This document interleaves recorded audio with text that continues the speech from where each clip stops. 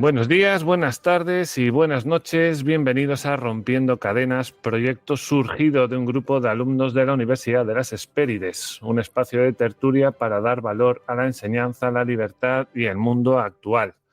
Yo soy Mario y en este episodio nos acompaña Daniel Lacalle, el gran Daniel Lacalle, vaya suerte que tenemos, madre mía.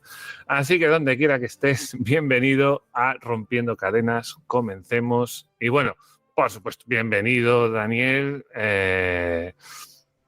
Para quien no lo sepa, que es raro que nadie lo sepa, pero bueno, para quien no te conozca, quién eres, de dónde vienes, a qué te dedicas. Muy bien. Bueno, pues muchísimas gracias por invitarme, un gustazo. Y bueno, pues soy Daniel Lacalle, doctor en Economía, profesor de Economía Global en el IE Business School y en el IEB, y también gestor de fondos y economista jefe en Tresis. También estoy en el Consejo Académico de la Fundación Internacional para la Libertad y soy presidente del Instituto Mises Hispano. Está bastante bien, ¿no? Para el día a día está bastante bien. Bueno,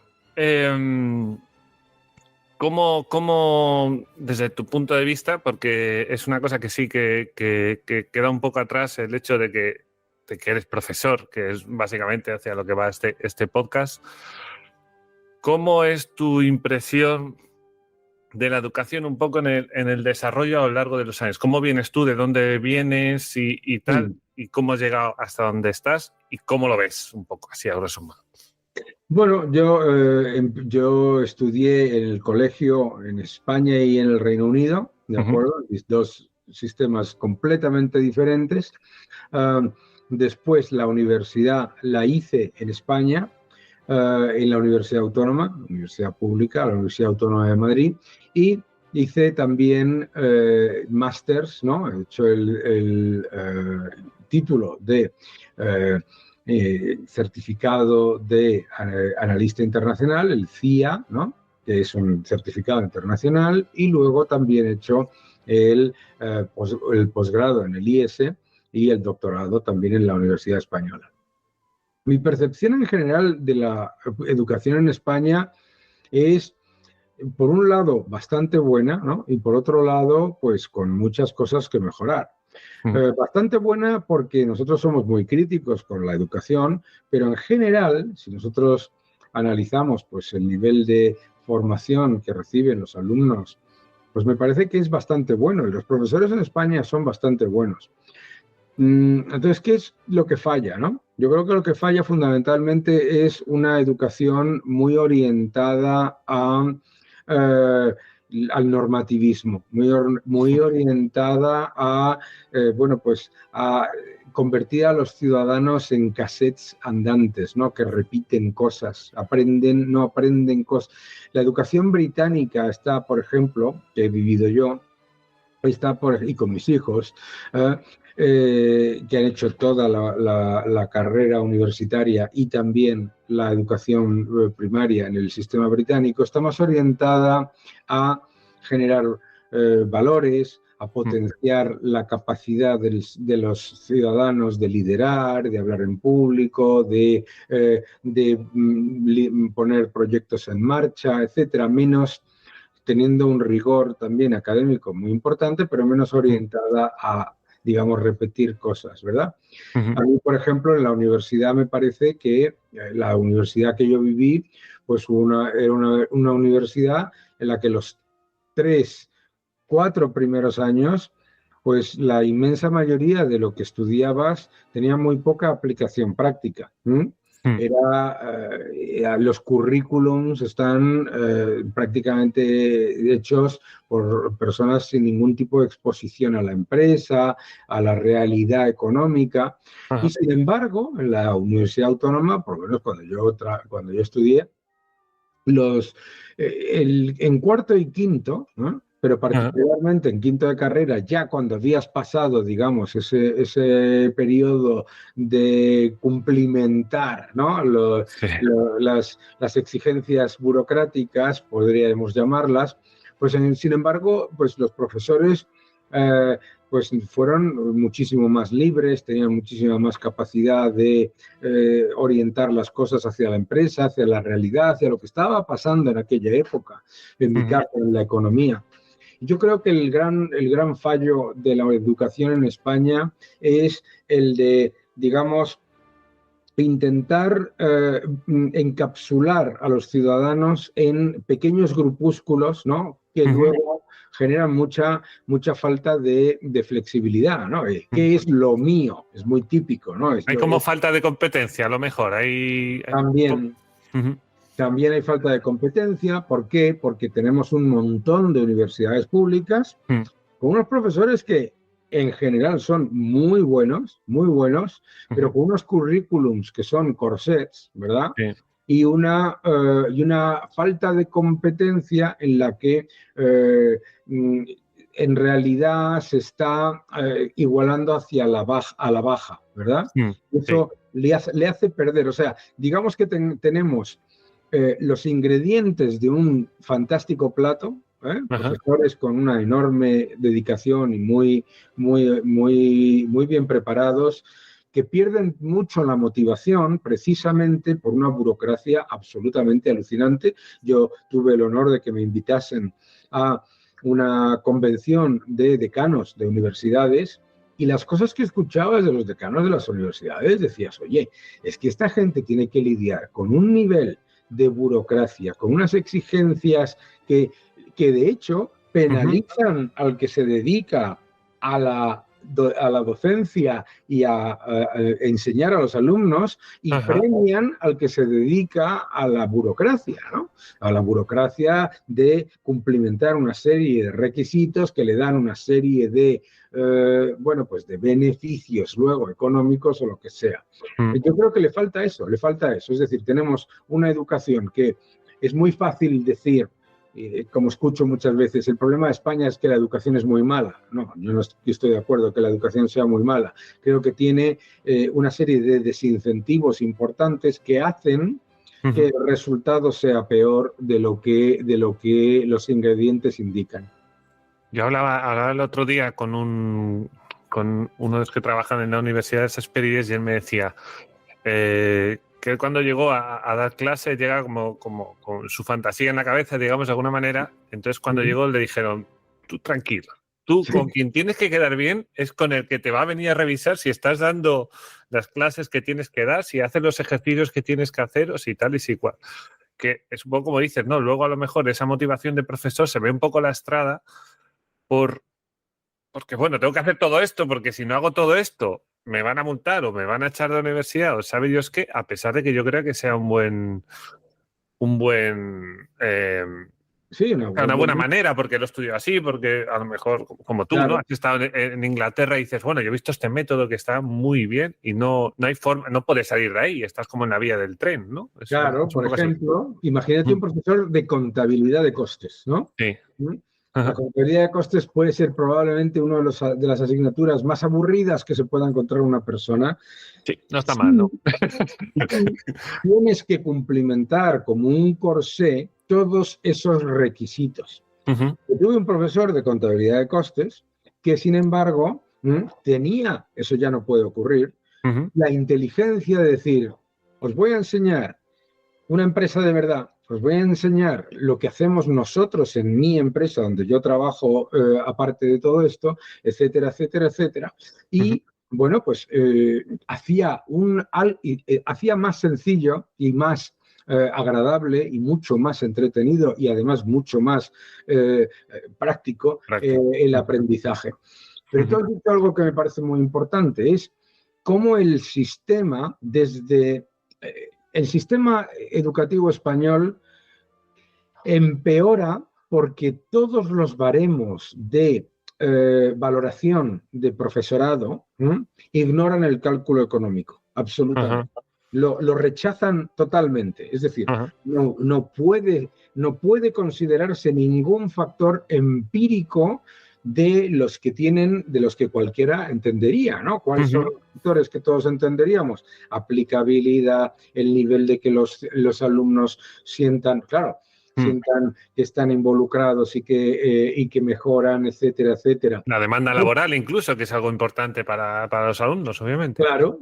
Para empezar, a mí me parece increíble que en el 90% de las universidades de España los alumnos entren sin tener una información clara de lo que es la empleabilidad de esa carrera, ¿no? Claro.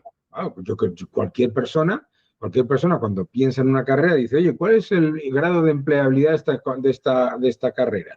Oye, me gustaría hacer filología griega. Ah, muy bien. ¿Cuál es la empleabilidad de filología griega? 5%, imagínate. Sí. Bueno, por lo menos eres consciente, ¿no? Claro.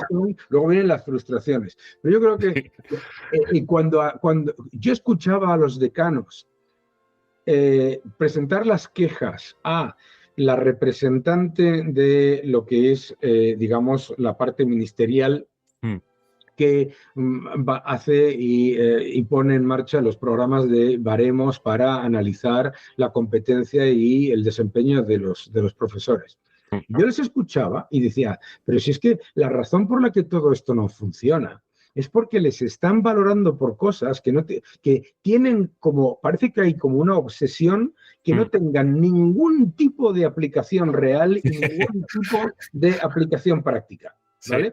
Por ejemplo, ¿no? Decían, oiga, es que claro, resulta que se nos valora más si publicamos 3 estudios que nadie se lee, que no sirven para nada y que no tienen ningún tipo de aplicación real en un paper, que si tenemos alumnos que están contentos, que están haciendo bien, que les llevo, etcétera.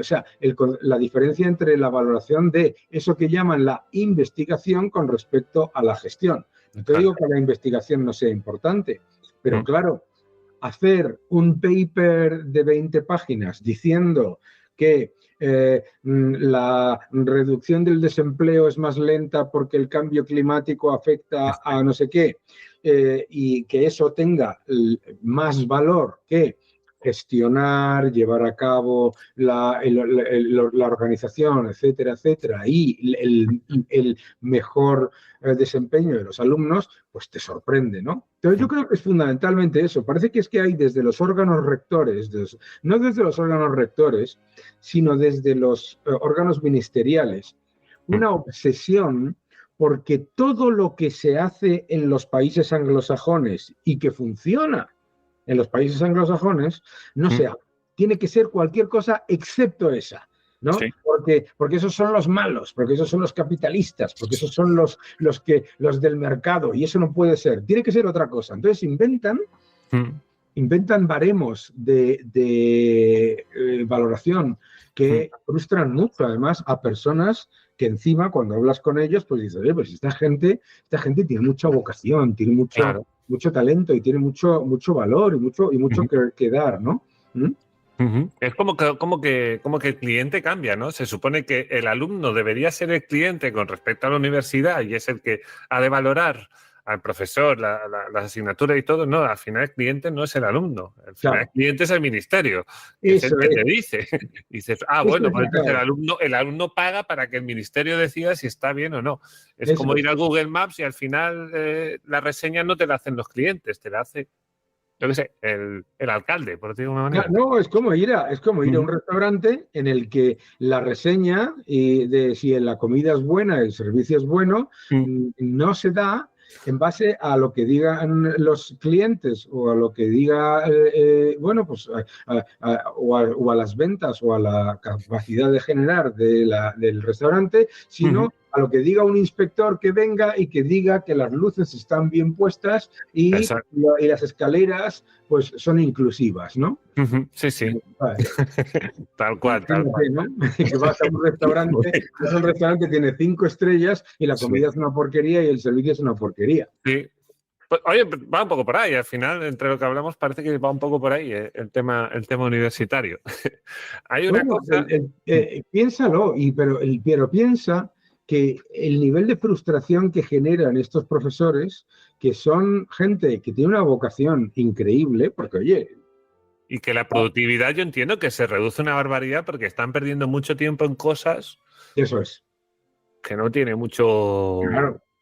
Claro, que digo yo que siempre sea mejor un muy buen trabajo de un profesor en un momento dado porque ha encontrado una tesis buena y tira por ahí, tira por la investigación, que no 3 al año, como dices tú, que no... Claro. Además es que además las cosas no son incompatibles, pero si tú pones como prioridad que tienes que publicar 3 papers académicos en revistas de investigación. Revistas de investigación que se publican y no las lee nadie, que no tienen ningún tipo de impacto en la sociedad. Lo decían los decanos, decían, porque no se valora el impacto en la sociedad de nuestro trabajo en vez de publicar. Es muy fácil hacer un paper sobre cosas completamente irrelevantes, etcétera. Y hay papers estupendos. Pero claro, estás poniendo la cantidad de publicaciones como baremo, no la calidad o el impacto de esas publicaciones, porque yo estoy seguro que si estos profesores se les valorase, por ejemplo, por las contribuciones que hacen en prensa escrita o lo que sea, no en una revista científica, que me parece muy bien también, pues resulta que tendrían mucho más impacto, serían personas mucho más, que tendrían muchísimo mayor compromiso, etcétera, etcétera.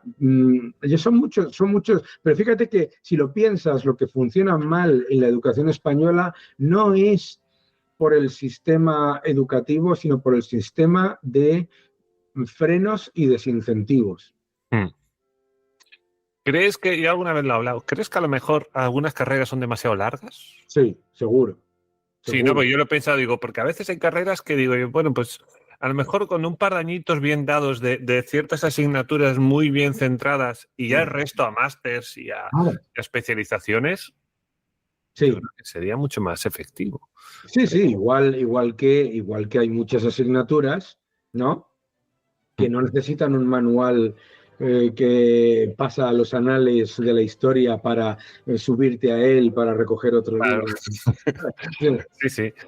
O sea, yo creo que en muchas ocasiones se crea un contenido, digamos, para rellenar en muchos casos, ¿no? ¿Sabes?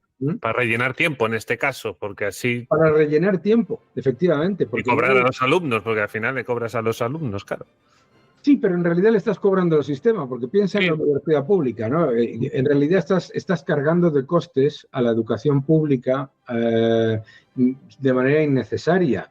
Y sobre todo también de manera innecesaria utilización de recursos, porque a lo mejor esas mismas personas que iban a estar trabajando igual y haciendo eso, podrían hacer otras cosas, ¿no? Másteres, cursos, etcétera. O sea, yo creo que la educación va muy lenta en España con respecto a dónde va la realidad, ¿no? Aquí se ha tardado mucho en reducir las carreras que antes eran de 5 años, ¿no? O más, a 3, ¿no? Y a pesar de todo, pues uno dice, oye, un momentito, 3 años está justita la cosa, ¿eh? Sobra bastante. Es simplemente... Yo entiendo que es muy difícil. ¿Por qué? ¿Y por qué es muy difícil? Porque tienen que adaptarse a un currículum que les viene de arriba, ¿sabes?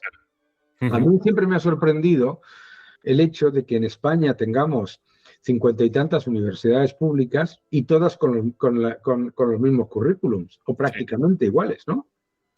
Casualidad, sí, fíjate. Sí. Entonces no hay diferenciación.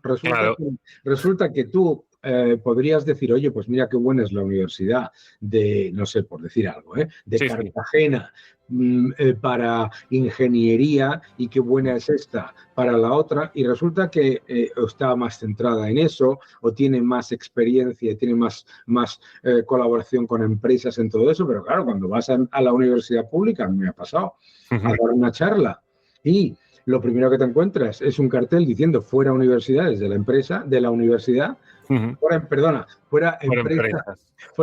de la universidad, ¿no? Sí. Fuera empresas de la universidad, es como decir fuera aire de nuestras vidas, ¿no? Sí. En eso sí que es verdad que falta un poco. Yo alguna vez lo he hablado con algún amigo que dice, sí, mira, los estadounidenses, qué malos son, que por supuesto tienen sus cosas malas como todo el mundo.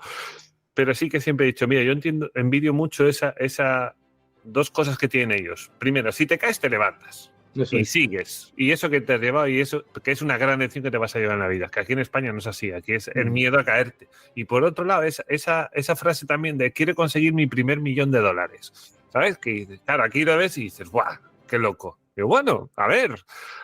Claro. A lo mejor no llega, a lo mejor llegas a 900.000 o no llegas, pero, claro, pero sí que es el incentivo el que tal. Eso es demostrar es demostrar que el ser humano tiene un potencial gigantesco, ¿no?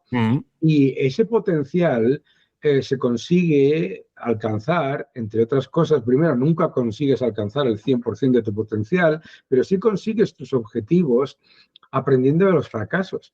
Tú has dicho ahora algo muy importante. En España existe una especie como de demonización de los errores. España es un país en el que tú lees una entrevista con un cantante, con un político, con un director de cine, con un artista, y resulta que aquí nadie se ha equivocado. No, parece que... Aquí a todo el mundo le va bien. Y yo muchas veces veo esas entrevistas y digo, fíjate lo bonito que sería si explicase desde, no sé, pues desde Miguel Bosé hasta Pedro Almodóvar, desde el uno hasta el otro. O Rosalía, que estaba cantando en la calle hace 4 días, como quien dice. Claro. Entonces, ¿qué es lo que pasa? Que el ciudadano percibe, uno, que a los que les ha ido bien siempre, que es una falsedad, y dos, que no merece la pena. Porque claro, si resulta que tú, como todo el mundo, cuando empieza, pues tiene fallos, se equivoca, fracasa con algunas cosas, y dices, tiro la toalla, pues entonces, claro, en Estados Unidos, en la universidad, en las universidades en las que yo colaboro con la Universidad de Buckingham, y por ejemplo, tienen charlas en las que van grandes empresarios en los que explican fracasos. Ah, qué guay. ¿Sabes? Y oye, y llega ahí un señor que es una persona que ha conseguido enormes éxitos, pero no va a explicarte, mira, aquí soy yo el rey del mambo y mira qué bien lo he hecho. No, te va a explicar, mira la metida de pata o la equivocación que tuve aquí, cómo aprendí y qué es lo que se saca. Aquí estas cosas parece como están reñidas, ¿no? Yo tuve la oportunidad de participar en una universidad pública española en un concurso de emprendimiento. Y bueno, pues en un concurso de emprendimiento me enseñaron los 5 proyectos que estaban como líderes para ganar el premio. Entonces yo miré los 5 proyectos y digo, pero si aquí no hay una estimación de beneficios, ¿cómo puede haber un concurso de emprendimiento en el que se le diga a los chavales que no hablen de costes, de márgenes y de beneficios y de pérdidas? Claro, entonces resulta que era un concurso de literalmente de sueños, ¿no? Un concurso de sueños. Un concurso no, ni siquiera de sueños, de ciencia ficción, porque si tú me dices, nuestro proyecto es una cafetería que vuela, pues estupendo, ha ganado usted el proyecto, es una ruina, ¿no? ¿Sabes? ¿Sabes, no? Claro. Sí, entonces, estas cosas son importantes. El otro día, en una de las universidades norteamericanas con las que yo colaboro, mostraban como ejemplo de un fracaso, ¿no? Un hotel que ha creado Disney sin ventanas, que lo habían hecho para que tuviese digamos, no sé, como la experiencia de estar en una nave espacial. ¡Qué tontería! ¿Quién quiere estar en una nave espacial? Uno a lo mejor quiere estar disfrazado, ¿sabes? Claro. Pero en un hotel chulo, no estar metido como estás en una nave espacial sufriendo, ¿no? Sí, que es duro, a ver, que tampoco están ahí Claro, por eso. Entonces yo creo que es que eso es mucho de lo que pasa, ¿no? Que lo que pasa es que hay una parte muy pequeña, esto es importante repetirlo, muy pequeña de los organismos de poder en la universidad, que casi que tienen como la obsesión de que no haya nunca unas mediciones del éxito o de las oportunidades, etcétera, basadas en la realidad empírica de las empresas, de la realidad, beneficios. Bueno, ya la palabra beneficios ya ni te cuento, ¿sabes? Sí.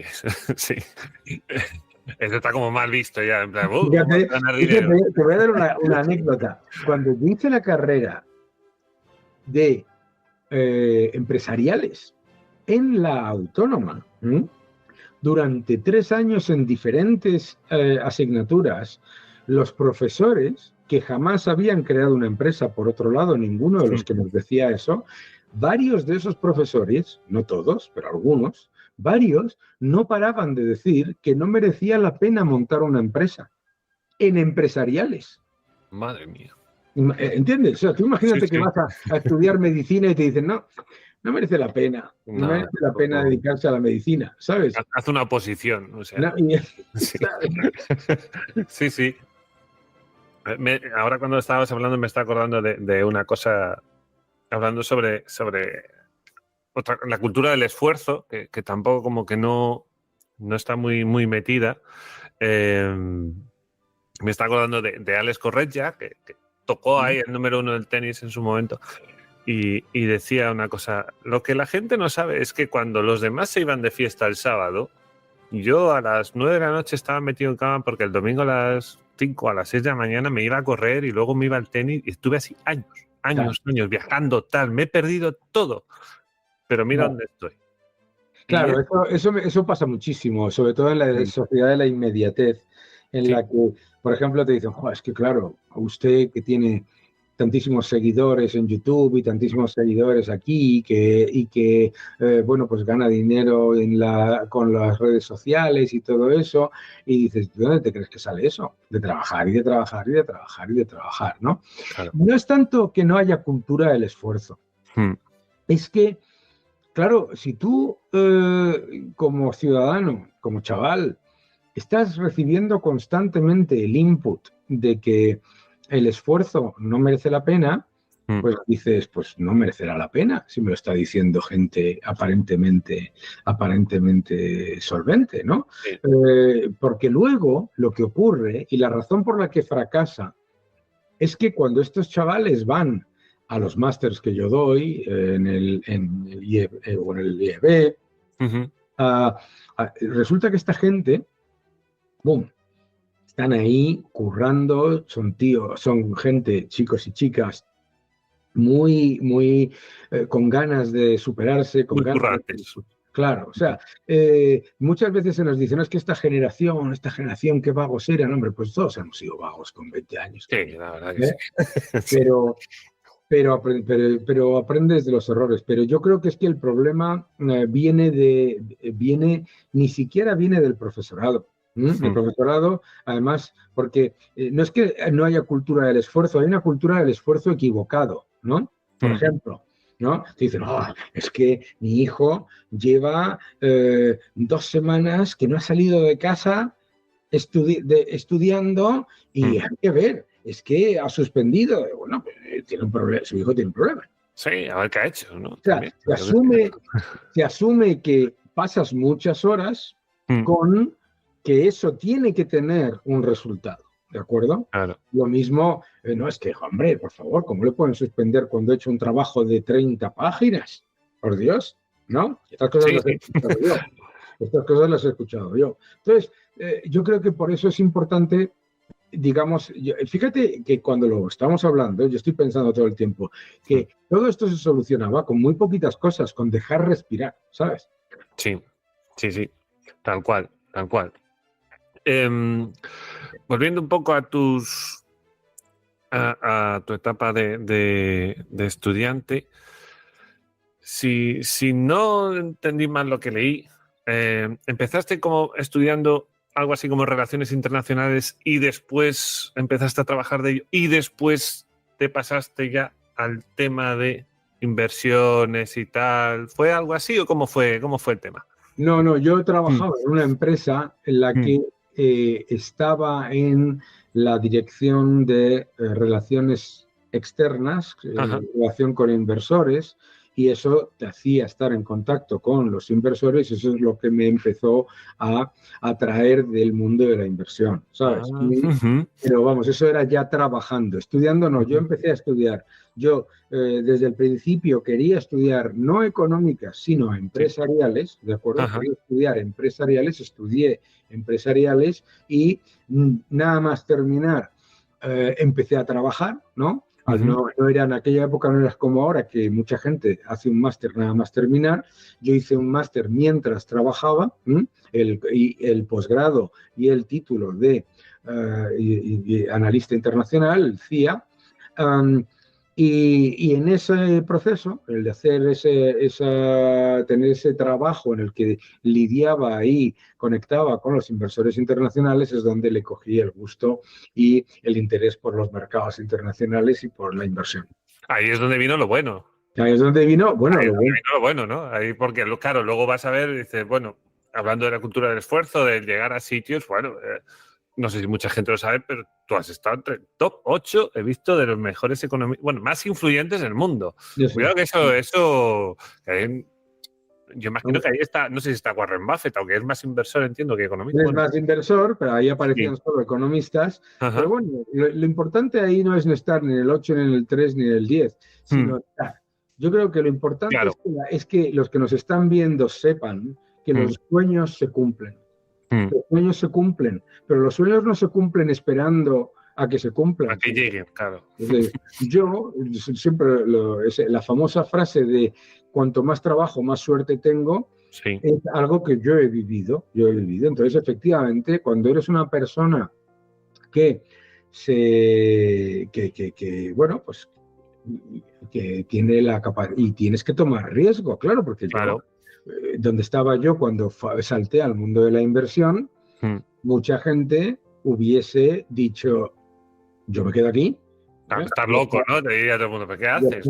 Bueno, no, un montón de la gente, un montón de Claro, gente claro. me lo decía, pero por Dios, si tú ya eres director de una gran empresa cotizada del IBEX, Claro, tú ya tienes coche de empresa, claro, despacho, a claro, vivir, ¿no? claro. Pues fíjate, el otro día estaba paseando por la calle cerca de un gran almacén y me encontré a un ex compañero mío que me dijo, pues sí, me acabo de prejubilarme. Yo decía, jo, pues no es por nada, pero yo me alegro de haber tomado ese riesgo y Sí. oye, pues con todos los retos, las dificultades y todo eso, y que cada uno haga lo que quiera, pero no puedes esperar grandes resultados si no tomas grandes riesgos. ¿Y tú estabas trabajando en Londres, puede ser? ¿Estabas No, ahí? yo ¿No? estaba ¿Era? trabajando en España Ah, siempre en España. cuando me llamaron para irme a Londres, Ujú. porque me ofrecían ficharme en un banco de inversión, Sí. pero tenía que estar basado en Londres. En aquella época Ajá. había mucha gente en banca de inversión que les fichaban en un banco de inversión para Londres, pero se podía quedar viviendo en Madrid o en Ah, Italia. bueno, qué guay, qué guay. Eso Ah, pasaba, bueno. pero, Ajá. y todavía pasa, obviamente, pero Sí. a mí me dijeron que no. Me dijeron que yo tenía que estar basado en Londres Mm. y, bueno, una conversación larga, por supuesto, y bien Sí. meditada con mi mujer, Sí, etcétera, uf, etcétera. cuidado.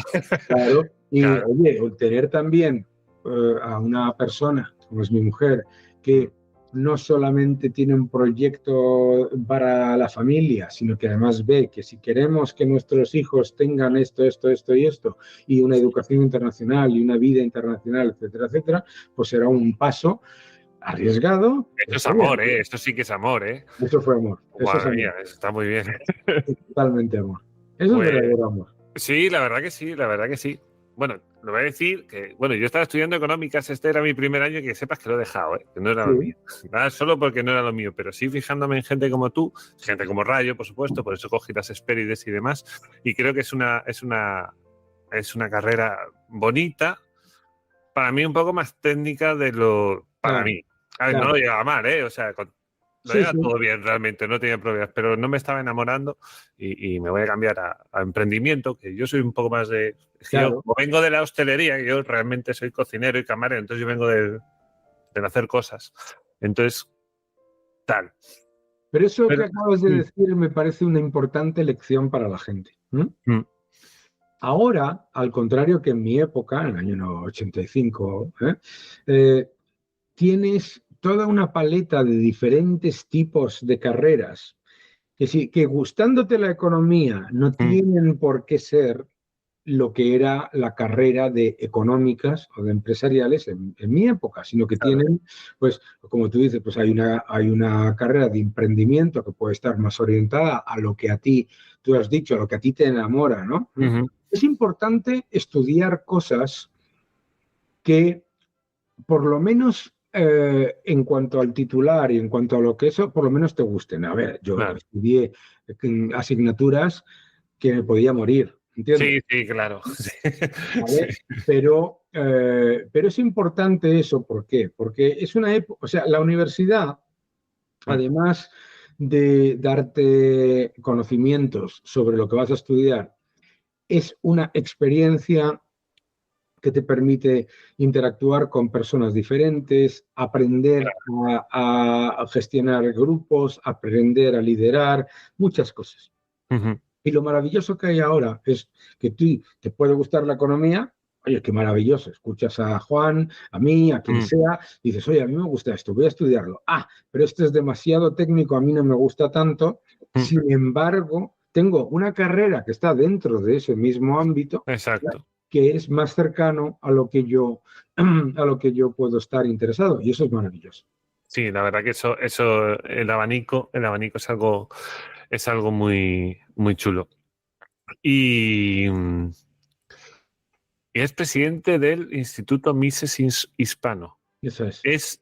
¿Está relacionado con el Mises de Estados Unidos? Eso es, ¿Y es de efectivamente. ámbito hispano en todo lo que se llama Ámbito hispano, América, todo lo que de México para el sur más todo lo España? que es Hispanoamérica, efectivamente. Ah, Efectivamente. vale. No, Sí, no, no lo tenía yo ubicado. El otro sí, el otro es como más famoso. sí, Vale, claro, vale, porque vale. también, bueno, tenemos primero recursos no limitados, sino limitadísimos, Vale. pero el objetivo al final es el de divulgar, ¿no? Ajá, El pensamiento, ajá. que es Rothbard, la escuela austríaca, etc. Ujú. Em, ¿Crees que es... yo voy a ir soltando ahí Sí, preguntas. Sí. sí, sí. ¿Crees que es necesario el Estado para la educación? En el No. sentido, para obligar, por ejemplo, a la gente de que diga, no, los niños estudien hasta los 16. O Bueno, ¿cómo lo existe, ves por ahí? yo creo que O más como lo enfoca mi ley ahora, por ejemplo, no, a cheque, si no puedes, te lo pago. es necesario que que el Estado eh, ponga una legislación que diga que la gente tiene que tener una educación básica, etcétera, etcétera. Mm, Pues sí, ¿tiene el Estado que monopolizar esa educación? Para nada. ¿Mm? O sea, la mm, idea de que la educación tiene que ser gestionada por el Estado o que un servicio público tiene que estar gestionado por el Estado no tiene mm, ningún sentido, ¿no? A ujú, ver, ¿por qué legislativamente? Porque claro, uno me podría decir, bueno, ¿y por qué no das libertad y si no quieres estudiar, no estudies? ujú, Porque en la época formativa, igual que no puedes votar hasta los 18 años, etcétera, etcétera. Es mm, importante que haya una serie de normas mínimas que lo que no hagan es que por la indolencia o por la falta de interés de unos padres, pues no mm, vayas a tener las oportunidades de acceso a educación que tienen otras personas. Por eso es ujú, importante que sí haya una educación universal y obligatoria, mm, pero que no sea esa educación gestionada y mucho menos ujú. dictada por el Estado, claro. ¿Y el homeschooling cómo lo ves? Bueno, el homeschooling, como todo, hay que Mm, analizarlo, porque claro, claro. está mal, no. Lo que pasa es que, claro, ¿cuál es el problema que veo yo con el homeschooling? Que para mí una de las partes esenciales de ir al colegio e ir a la universidad Ujú, es precisamente interactuar con otros chavales. ujú, ¿Entiendes? Entonces, en el momento en el que tú a los chavales les quitas no interactuar en el parque, esto es mm. importante porque mucha gente dice, bueno, pero si oye, yo Claro, hago le das un balón de homeschooling, fútbol y ya está. que le doy un balón y luego se lo va a pasar bien. No Claro. es lo mismo interactuar en un entorno en el que en el que hay una competencia y hay una serie de factores esenciales en el proceso de aprendizaje, etcétera, que llevan a que interactúes de otra manera, la creación de grupos, todo, con cosas positivas y cosas negativas. Mm, ¿Estoy en contra del homeschooling? No. Estoy en contra de que se le quite mm, a los chavales la capacidad de, digamos, interactuar con otros chavales en un entorno reglado y en un entorno de, digamos, participación colectiva en el proceso educativo. La participación colectiva en el proceso educativo te enseña muchas cosas. Por ejemplo, un chaval o una chica que va a una clase, está en una clase en silencio escuchando a un profesor, no va a estar haciendo así con la cadena en la ópera cuando tenga 30 años. Sí. Y te Esto lo vamos a agradecer, sí. parecerá una tontería. Y te parecerá una tontería, pero no es una tontería. Es decir, que tenemos que entender la educación en lo que es, ¿verdad? Sí. Por lo tanto, ya te digo, yo lo que estoy a favor es de la libertad de elección. La libertad de elección, pero la libertad de elección tiene que incluir el hecho de que los chavales tengan la capacidad de participar de un entorno reglado en el que hay muchos más factores de aprendizaje que el puro aprendizaje, digamos, de leer, escribir, matemáticas, etc. O sea, digamos que sería para los mínimos. O sea, básicamente el chaval tiene que ir a clase. A mí me da pena, por ejemplo, escuchar a gente muy bien preparada, que claro, es que en el colegio el chaval tiene el riesgo del bullying y por lo tanto es mejor que le dé clases yo en el entorno controlado de mi casa y así no tiene el riesgo del bullying. Hombre, pues entonces que no salga nunca de casa porque entonces no tiene el riesgo de tener un accidente de tráfico o no tiene el riesgo de, yo qué sé, de que le atraquen. Claro, ¿entiendes? Debilita el carácter. Hombre, yo pensaba en gente a lo mejor que, así que se me va a venir a la cabeza, yo qué sé, pues digamos gente del circo, por ejemplo. Sí. Así que se me ha ocurrido, pues por ejemplo, que no te queda otra, es claro. Que no puedes andar... Bueno... Estás cada 2 semanas o cada mes en un sitio. Pero fíjate cómo cuando ves entrevistas con artistas que han sido niños prodigio y que han tenido pues tutores que iban a darles clase, desde Michael Jackson hasta, yo qué sé, hasta Justin Bieber, desde el otro. Fíjate la cantidad de ellos que te dicen, yo no he tenido infancia, ¿no? Infancia. Entonces, la infancia es más que lo que aprendes. Estoy seguro que tuvieron unos tutores impresionantes que les enseñaron lo que quisieran.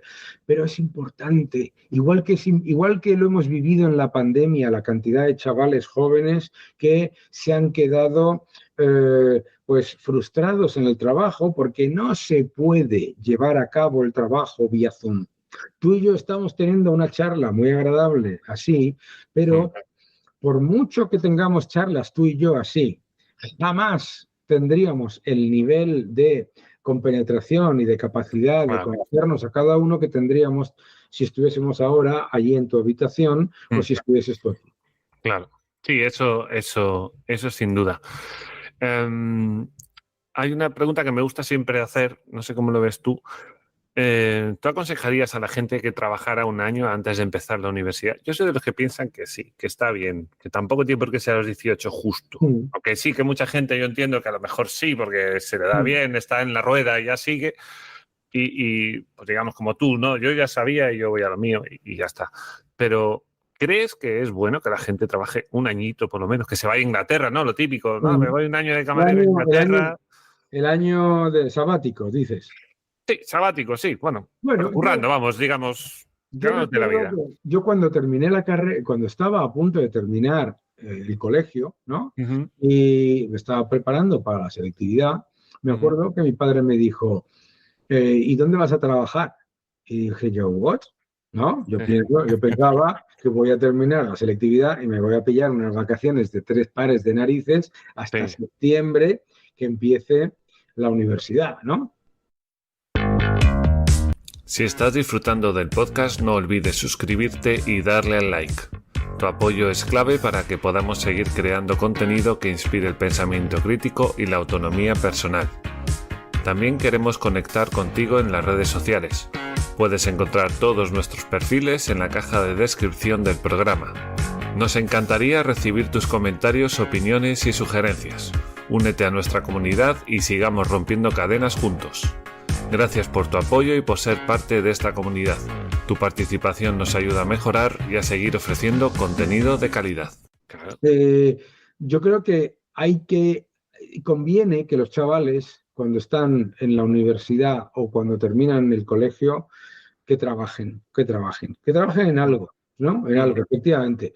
No un año, no hace falta un año y tampoco hace falta de que sea, digamos, antes de la universidad, puede ser durante Sí, la universidad. después del segundo año, bueno, cuando No, sea. y durante el primero, yo También. en el momento en el que terminé el colegio, pues hice unas prácticas en una empresa durante unos meses, entonces empecé la universidad y cuando yo empecé la universidad, bueno, pues me busqué un trabajo para los jueves por la noche, los viernes por la noche, los sábados, para, bueno, pues para tener, y te merece la pena tener una experiencia laboral, ¿eh? Te merece la pena. Sí. Yo se lo recomendaría a todo el mundo. No, puede ser, como tú dices, un año sabático, no pasa nada, pero trabajando, no dice Claro. un año sabático a Sí, conocerse a sí mismo, que hay por sí, ahí cuidadín con la jeta, ¿no? claro. O, o durante, que no pasa nada, que el 90% de la población de los países desarrollados que tenemos mi edad ha trabajado y estudiado a la vez, ¿no? Estaba pensando, fíjate ahora en la ley esta de los riders que sacó Yolanda Díaz. Qué vergüenza. Qué mal vino a todos, precisamente esos estudiantes que a lo mejor tenían una motillo que decía, mira, yo todos los días, yo qué sé, entre las Claro. 8 y las 10 que todo el mundo pide la cena, pues yo ahí estoy, bim, bim, bim, 2 horitas o 3 horas que sean.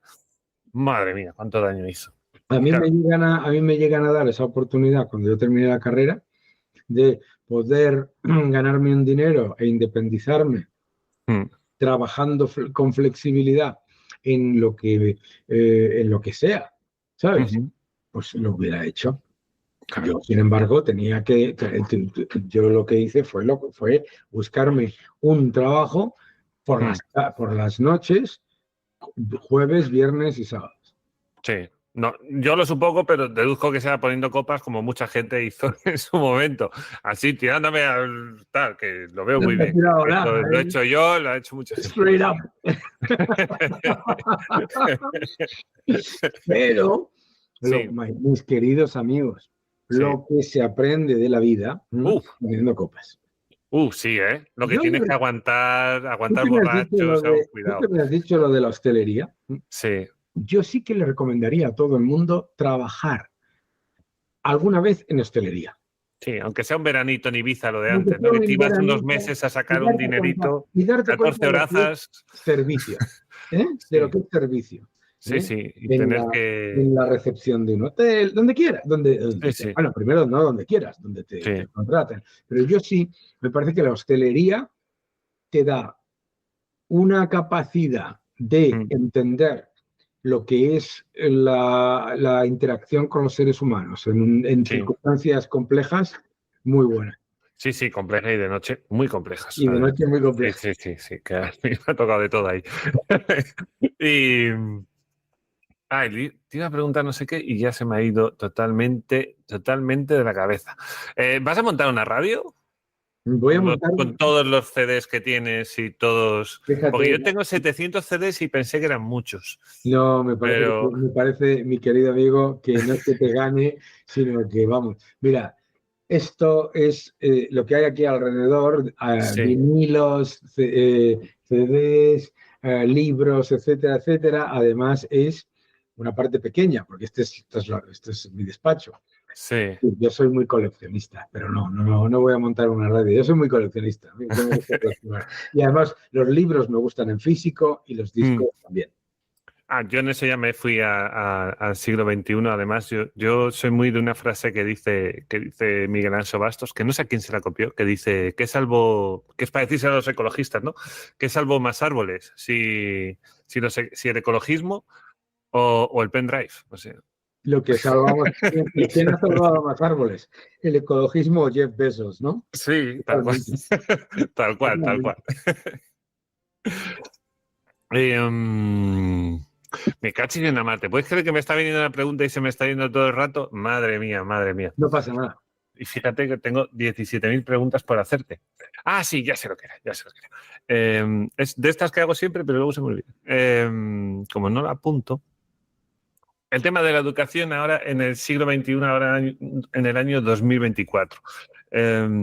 tú tienes esa sensación, se lo preguntaba a Garín, de que tú tienes muchos más alumnos en Internet de los que tienes en clase.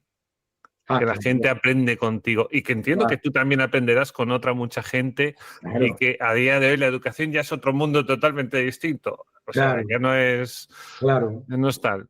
Claro. Había ahí uno de estos carpetobetónicos en Twitter diciendo, es una vergüenza porque hay gente que le hace más caso a Juan Rayo o a esta gente que a mí, ¿no? ¿Sabes? Sí. Porque yo... mírame. El guardián de las esencias que sí que sabe, ¿no? Sí.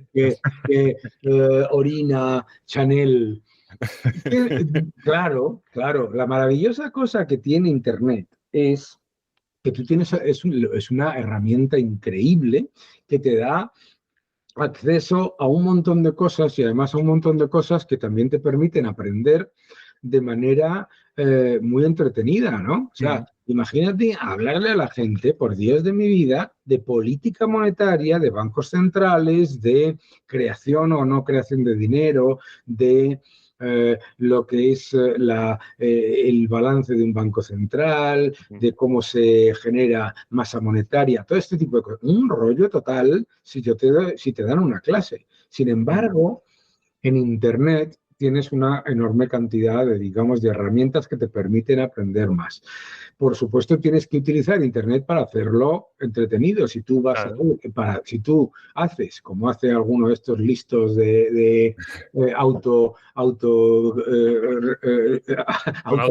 ¿no? Autocoronados, ¿no? Sí. Pues hacen un vídeo en YouTube que es exactamente igual, mala luz, mal todo, con el tono monosilábico y monocromático, etcétera, tal y que cual. Y digo, ay, pues solamente lo han visto 50 personas. Ya son 50 personas más de las que lo verían en otras circunstancias.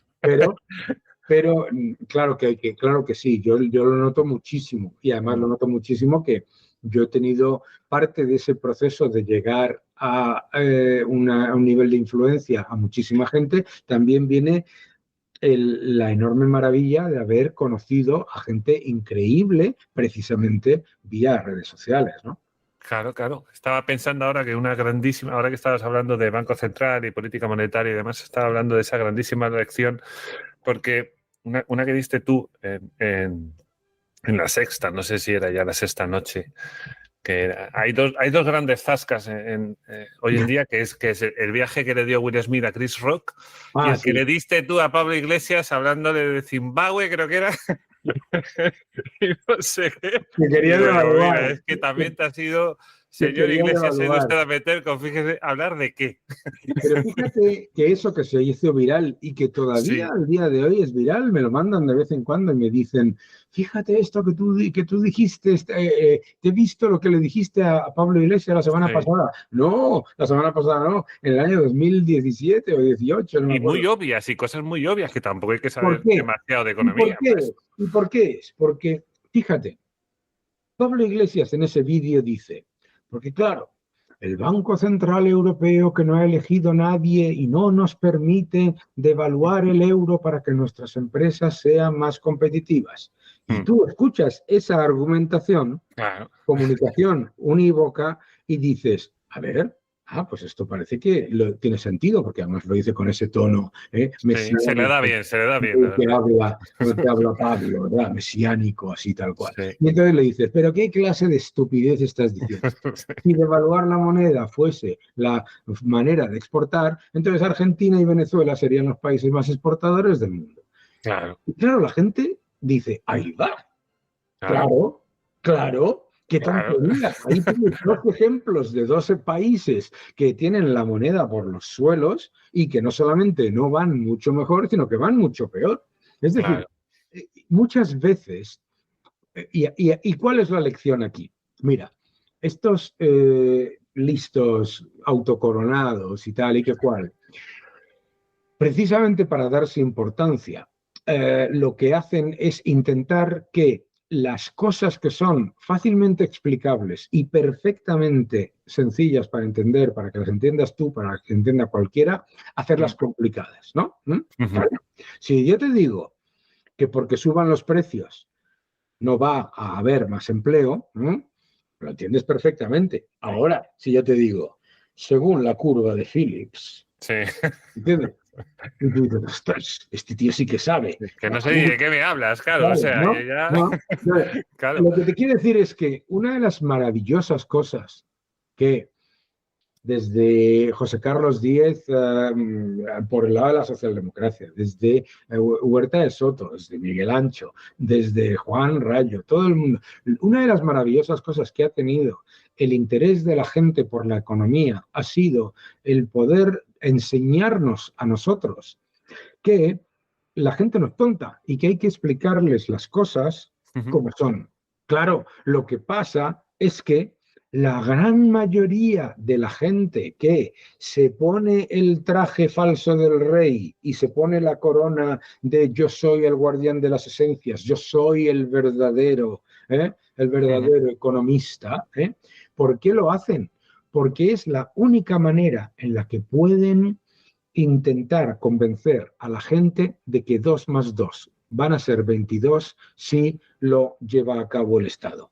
Es decir, son una parte de ese engranaje de la mentira estatista que intenta imbuirse de una especie de sapiencia magnífica y superior para decirle a la gente que las cosas no son como la gente las percibe, ¿no? El otro día salía un señor en Hoy por Hoy, en la SER, diciendo, es que incluso con los datos objetivos, la gente está descontenta con la economía. Con los datos objetivos, es decir, con lo que te está diciendo el gobierno, que tienen que ser los datos objetivos. Nadie, ni Juan Rayo, ni José Carlos, ni nadie, está dando datos que no sean objetivos y oficiales. Ojo, claro. ¿Sabes? No, porque además tú en Twitter, que aconsejo, si alguien no te sigue, de los que nos escucha, que te siga. Además, tú eres una persona que automáticamente, en cuanto sale la encuesta de población activa, lo que sea, que viene, tú ves la cuenta del gobierno, automáticamente ves tu Twitter y ves, sí, pero y esto, y esto, claro. Y esto, y esto. Claro, porque, a ver, vender que esta tarjeta es maravillosa y es lo mejor del mundo, te lo vendo, y sobre todo si soy el gobierno, te lo vendo mucho mejor. Claro. Ahora, claro, lo que tiene que hacer un economista es ir dentro y ver lo que pone. Y ver lo que pone. Claro, ¿qué es lo que molesta a todo este grupo que flota alrededor de los estados? Da igual el gobierno, ¿eh? Ellos sí. Esto, los econolistas los llamo yo. Estos son como los buitres, van cambiando de sitio donde picar, ¿no? Sí, la subvención es lo que tiene, sí. Claro, pero ¿cuál es el objetivo? Número uno, decir que son solo ellos la verdad oficial, ¿vale? La verdad revelada, ¿no? Claro. Que no se puede, que los datos que pone el gobierno en la nota de prensa no se puede, si les conviene, no se pueden poner en duda, ¿sabes? O sea, estos que dicen, en España se ha reducido la pobreza porque me sale de las narices, entonces, como lo han dicho ellos, tiene que ser verdad. Claro. Y luego salen los datos y resulta que la pobreza no se ha reducido. Pero lo importante es simplemente, yo creo que lo que ha hecho gente como todos estos que tú estás mencionando y que menciono yo, es darle a la gente herramientas para conformar su propia idea. O sea, lo que genera el éxito de Juan Rayo o el mío, o el de Huerta de Soto, o el de Miguel Ancho. Domingo Soriano, que a mí me gusta mucho también. Domingo Soriano, que es fantástico. Sí. Has dicho antes Villanueva, que es un crack. Villanueva también. Entero. Me da igual, Carlos Cuesta, el que sea. Es que ellos, por supuesto, no niegan ninguno, uno, su opinión, dos, su ideología, porque los economistas más peligrosos de todos y los más ideológicos son los que te dicen, yo no hablo de política, yo hablo de economía. Bueno. Y ¿sabes lo que es? Los más son los más políticos y los Sí. más pegados al poder político. Claro. Pero lo importante no es eso, lo importante es que toda esa gente de la que estamos hablando, toda esa gente da su opinión, da sus datos, da los datos, usando los datos oficiales, da su interpretación y todo eso, para que tú te hagas tu idea. Así te puede convencer o no te puede convencer. De los casi 400.000 personas que me siguen a mí en Twitter, hay un montón que a lo mejor pues no están de acuerdo con muchas cosas que yo digo. Pero la razón por la que te siguen es porque cuando el gobierno te dice la idiotez de que hay récord de empleo, utilizando una cifra absoluta, no respecto al porcentaje, no respecto a la fuerza laboral, y cuando encima viene dopado por empleo público, por pluriempleo, etcétera, etcétera, pues cuando tú explicas eso, podrá decir lo que sea, pero lo que no puede decir es lo que me dijo a mí el ministro Escrivá. El ministro Escrivá me puso con datos inventados. Y digo, no, datos inventados no, mi querido amigo, estos son datos suyos. ¿Sabes? Son datos suyos. Lo que pasa es que a usted le molesta que la interpretación de los datos no sea la que usted hace cuando usted quiere y como usted quiere. Claro. Fíjate que el debate en economía, en economía, todos los estudios económicos, ¿vale? Siempre hablan de tal vez, siempre hablan de distintos escenarios, hablan siempre en... y cuando tratas el futuro tienes que andar con supuestos, digamos. Claro, obviamente. Podría generar, podría haber, tal vez, no sé qué, no sé cuántos. Curiosamente, son estas personas que se autocoronan como los guardianes de la ortodoxia, los que utilizan, en vez de el disenso, que es lo que es la ciencia es disenso y la ciencia es interpretación, lo que es un dato. Y por supuesto que lo que es un dato bueno de paro para ti puede ser un dato malo para mí. Que se lo digan a los norteamericanos, que se lo digan a los norteamericanos a los que les dicen que un 3,9% de paro es bajísimo y dicen, eso se lo dirás a tu tía, ¿sabes? Porque eso supone que eso para mí es un problema, ¿sabes? Entonces, claro, ¿comparado con qué? ¿No? ¿Sabes? Uy, sí, lo de comparar el paro yo es una cosa que me quedo loco cuando la gente dice, no, un 12%. Digo, un 12%. Pero, tío, pero compárate con los buenos, tío. Claro. No. Y además, pero si nosotros con los malos ya no... Con la mitad íbamos ya bien y todavía sería mucho. O sea, con los malos, no, pero si es que con los malos no nos podemos ni comparar. Porque resulta que estamos nosotros ahí. Estamos nosotros. La tasa de paro más alta de toda la Unión Europea, resulta que Grecia ha bajado la tasa de paro mucho más que tú y te dicen que hay récord de empleo. Es una broma. Y 21 millones de afiliados, que además no son afiliados, son afiliaciones, es decir, que cuanto más pluriempleo, más afiliaciones salen, cuanto más empleo público también, etcétera, ¿no? Por eso. Muy bien. Es increíble, es increíble. Bueno, nada, la última pregunta que te quería hacer, una básica que yo creo que todo el mundo la contestamos y casi todos decimos que sí. Falta educación económica en España. Una básica, digamos, una básica. Yo, a lo mejor aquí a lo mejor discrepo de lo que te dice otra gente. Vale. Menos mal que en España no hay educación económica y financiera en el colegio. Financiera, en particular. ¿Por qué? Porque si en el colegio estuviese recibiendo educación financiera, ¿quién te la iba a dar? Bueno, sí. Claro. Querido amigo. Claro. Entonces resulta que en muchos casos hay una ventaja, ¿vale? ¿Por qué? Porque empezarían a decir que la inflación no tiene nada que ver con crear dinero, te dirían que los bonos del Estado son el activo más seguro y que siempre son una buena inversión, te dirían que el Estado gasta mejor que tú, te dirían que menos mal que no te la dan, ¿no? Entonces, nunca lo había visto así, pero cuidado. Claro. Te dirían que si baja la bolsa es por los bajistas, tonterías de estas, ¿no? Entonces, yo creo que es importante que haya educación financiera, pero que sea independiente. Claro. Joder, no, está muy bien visto, no lo había visto así, sí. Imagínate que te da educación financiera, Errejón, o... Uy, sí. De las 3 comidas en Venezuela. Sí. Alberto Garzón o Escrivá, imagínate. Sí. Cuidado. Bueno, Eduardo da clase.